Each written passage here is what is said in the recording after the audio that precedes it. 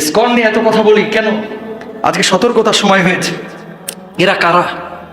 এদের জন্ম ভারতে না ভাই। ইসকনের জন্ম কোথায় জানেন না তো আপনারা, অনেকেই জানেন না।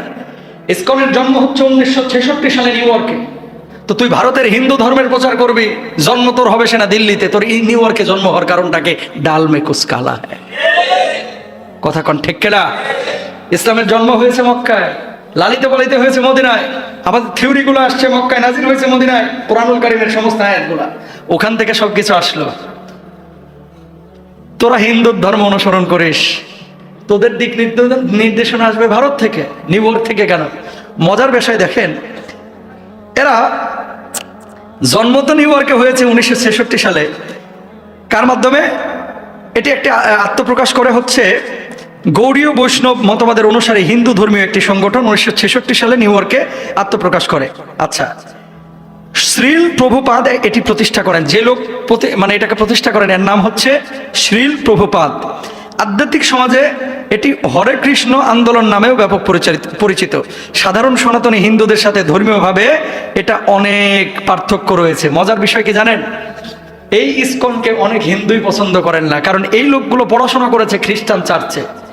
খ্রিস্টান চার্চে পড়াশোনা করার পরে হিন্দুদের স্বার্থ নিয়ে ইসকন খুলছে, কিন্তু হিন্দুদের সাথে এদের অনেক মতভেদ আছে, অনেক পার্থক্য আছে। সেই আলোচনা এখন আমি যাইতে যাচ্ছি না। আশা কেন ইসকনকে নিষিদ্ধ করার জোর দাবি এসেছে? এক নাম্বার, আপনারা হয়তো অনেকে জানেন না, বাংলাদেশের পাহাড়ি অঞ্চলে এরা টাকা দিয়া, পয়সা দিয়া, ছাগল দিয়া, মুরগি দিয়া ব্যাপক কাজ করে। কে? ইসকন। কাজ করে এই দুর্বল সহজ সরল মানুষগুলো পেটে যখন ক্ষুধার যন্ত্রণা থাকে, 500 টাকা হাতে গুঁজে দিলে দেখবেন ওই মানুষটাকে আপনার মুরিদ বানানো খুব সহজ। বোঝেন নাই কথা?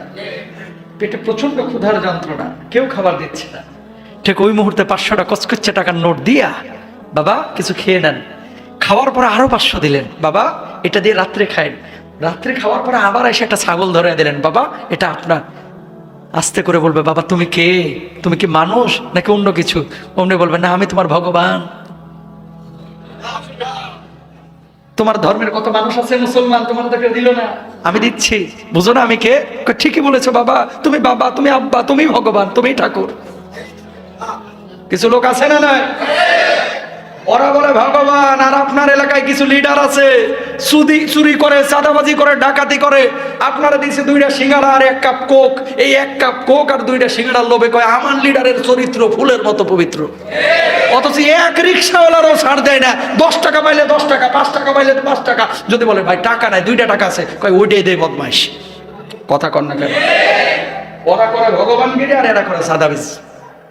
ও মুসলমান, এইভাবে এই পাহাড়ি অঞ্চলে এরা শত শত মুসলমানকে ধর্মান্তরিত করেছে, মানে মুসলমান থেকে ওদের ধর্মে নিয়ে গেছে। নাউজুবিল্লাহ বলবেন না?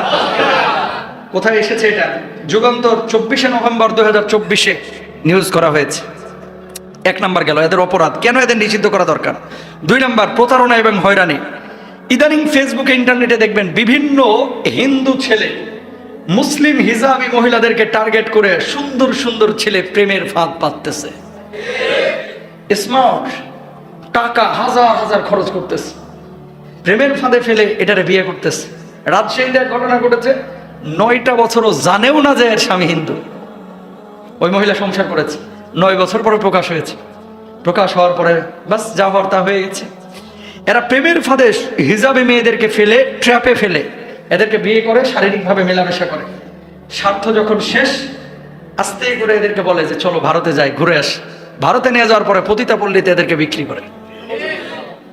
নাউজুবিল্লাহ এখানে বলেন না, বাড়িতে যায় গরুর গোশ দিয়ে ভাত টাত খায় দাঁত খিলাল করতে করতে নাউজুবিল্লাহ বলেন। জোরে বলেন।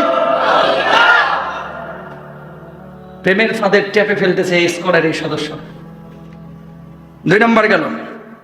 3 নাম্বার, মুসলিম সেজে, ও কিন্তু হিন্দু কিন্তু সাজে কি মুসলিম। পাগড়ি লাগায়, কখনো কখনো পাঞ্জাবি পরে, কখনো খোঁচা খোঁচা দাড়ি রাখে। ভাবসাব এরকম মনে হয় যে শিবিরের বড় ক্যাডার। আসলে বদমাশ হিন্দু, আসলে কি হিন্দু। এই হিন্দু হয়েও মুসলিম সাজা মেয়েদেরকে বিয়ে শাদী করে। বিয়ে শাদী করার পরে এই মুসলিম মেয়েদের পেটে এদের টার্গেটই হচ্ছে বাচ্চা দেওয়া।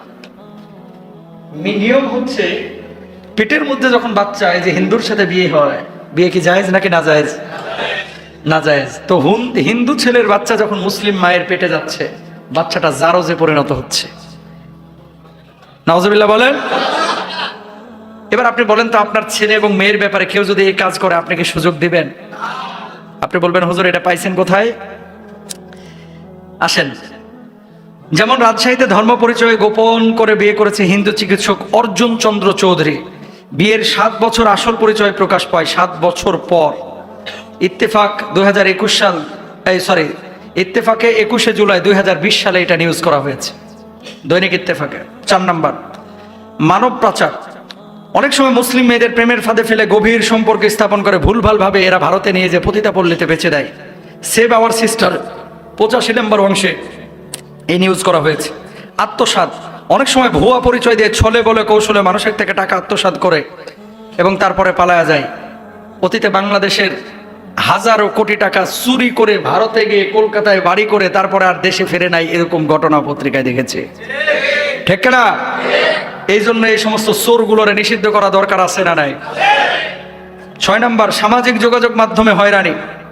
মুসলমানদেরকে মারে কোনো মামলা হয় না, আর হিন্দুদের বিপক্ষে একটু কথা বললে যায় মামলা করে। কথা বলেন ঠিক কিনা? এদেশের হিন্দু খ্রিস্টান তারা বহুত ভালো আছে, আমাদের ভারতের মুসলমানরা আতঙ্কে থাকে 24 ঘন্টা 24 ঘন্টা, ঠিক কিনা? পৃথিবীর বহু দেশ ইসকনকে নিষিদ্ধ করেছে। কোন কোন দেশ খেয়াল করেন?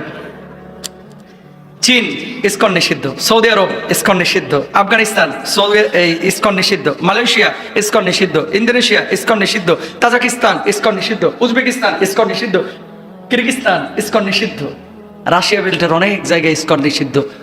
ওরা বুঝছে, আপনি বুঝেন না কেন? নিষিদ্ধ করে দেন, কি হয় তারপর আমরা দেখব। কোন জঙ্গির আস্তানা এই বাংলার জমিনে হবে হবে আমরা শান্ত সরলীন সহজ সরল কাঁধে কাঁধ মিলিয়ে কাজ করব, সোনার বাংলা আমরা করব। হিন্দু খ্রিস্টান আমাদের দেশে থাকবে, কিন্তু জঙ্গির আস্তানা এই দেশে হবে না, ইনশাআল্লাহ। এরপর আসেন, আমাদের করণীয়টা কি এই মুহূর্তে? এই মুহূর্তে আমাদের করণীয় কয়েকটা বিষয় রয়েছে। 1 নাম্বার, ওয়াতাসিমু বিহাবলিল্লাহি জামিআ ওয়া লা তাফাররাকু। মনে রাখবেন, মুসলমানদের মধ্যে ছোটখাটো বিষয় নিয়ে মারামারি, হানাহানি, অমত দ্বিমত এগুলো এখন রাখা যাবে না। গেমটা হচ্ছে কিন্তু ওয়ার্ল্ড ওয়াইড। আবারও বলি, একসময় ষড়যন্ত্র হতো ইন্টারনাল, শুধু দেশের মধ্যে। এখন কিন্তু বিশ্বব্যাপী এই দেশটারে নিয়ে খেলা চলতেছে। মনে রাখবেন, এদেশে যদি কালিমা না থাকে, ইসলাম না থাকে, আপনি আমিও কিন্তু ওদের মতো হয়ে যাবো, ঠিক কিনা ভাই? সুতরাং সজাগ থাকতে হবে। ইসলামী দল যেগুলো আছে, কোনো বিভাজন করা যাবে না। খানকাগুলোকে এক হতে হবে, ইসলামী দলগুলোকে এক হতে হবে, মোল্লা মুন্সি হুজুরদেরকে এক হইতে হবে। টুপি আমি নানান রকম পরি, কারণ কি এদেশের মানুষ পাঁচকল্লি পড়লে মনে করে আমাদের, চরমনায় টুপি পড়লে মনে করে আমাদের, বালতি টুপি পড়লে মনে করে আমাদের, আবার সাইদি সাহেবের মতো টুপি পড়লে মনে করে আমাদের। কত মানুষ টুপি দেখে খালি দাবি করে যে আমাদের। আমরা বলি আমরা সবার। আমার প্রথম পরিচয় কি? মুসলিম। বলেন কি? আরো জোরে বলেন কি? সবাই আমরা আল্লাহকে পাইতে চাই। শিরক আর একত্ববাদে যারা আল্লাহর সাথে কাউকে শরীক না করে, কুফরি আকীদা যার ভিতরে নাই, ও যদি মুসলমান হয়, সে আমার কলিজার টুকরা, কলিজার টুকরা, ঠিক না? এই অবস্থায় সমস্ত মুসল্লিরা আমরা একসাথে হব, ইনশাআল্লাহ।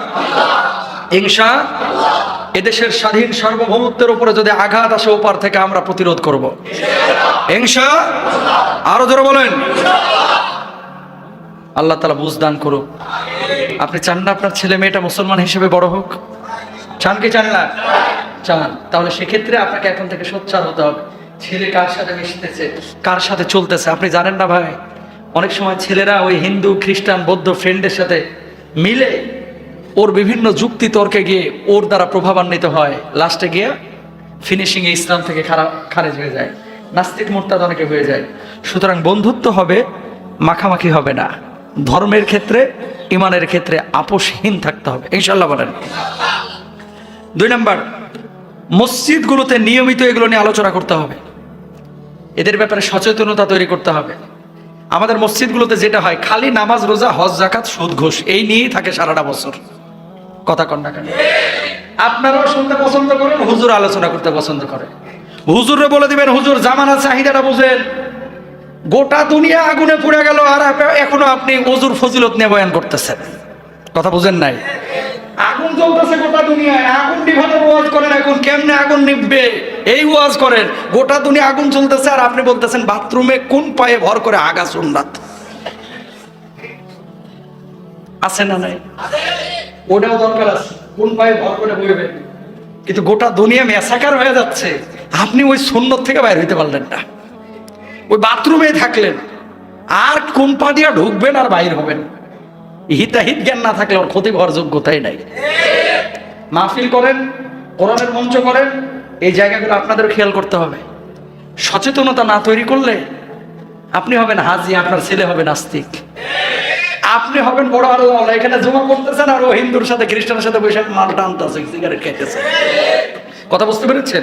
এই জন্য সতর্ক হইতে হবে। ইনশাআল্লাহ আমরা সবাই একমত, ঐক্যবদ্ধ থাকবো তো। আপনি আওয়ামী লীগ করেন, বিএনপি করেন, জাতীয় পার্টি করেন, জামাত করেন, দল আপনি যেটাই করেন না কেন, কোরআন আমাদের সবার, আল্লাহ আমাদের সবার। কোরআনের প্রশ্নে, ইমানের প্রশ্নে, আল্লাহর প্রশ্নে আমরা এক, জিহাদ করব, যুদ্ধ করব, হারামখোরদের হাতে দেশ ছেড়ে দেব না। ঠিক কেন? ইনশাআল্লাহ।